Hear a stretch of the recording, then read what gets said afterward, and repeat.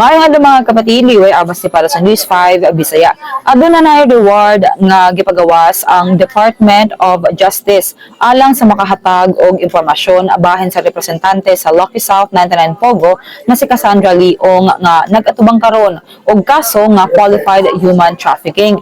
Miabot sa 1 ka milyon ang reward money sa makahatag og kasayuran sa nahimutangan ni Ong. Gipahibalo kini human makansela ang repasaporte ni Ong ug sa uban pang mga akusado nga nalambigit sa ilegal nga operasyon sa Pogo sa Porac, Pampanga. Sumala sa DOJ, lisod nilang makuha ang impormasyon tungod kay adunay kakayahan si Ong nga mulihok sa lain-laing nasod nga dili matrack. Sama sa natabo kaniadto kang Alice Guo. Walay record ang Bureau of Immigration nga nilaya si Ong gikan sa Pilipinas busa dili klaro kung unsang pasaporte ang iyang gigamit.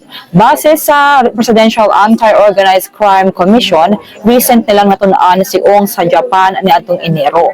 Ana-anay red notice gikan sa Interpol batok ang Ong ug gihatag ang reward aron madakpan siya o mapaatubang sa korte aron muuswag na ang kaso. Sumala sa iyang abogado nga si Attorney Ferdinand Topacio, usara ka diversionary tactic sa DOJ ang paghatag og reward.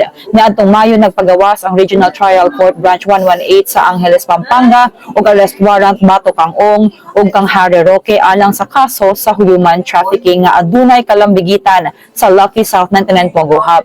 Giaprobahan na usab sa korte ang hold departure order batok sa duha. Kini sa mga tong update magpadayag na sa bumantay sa social media pages sa News 5 para sa uman pang mga balita ug update.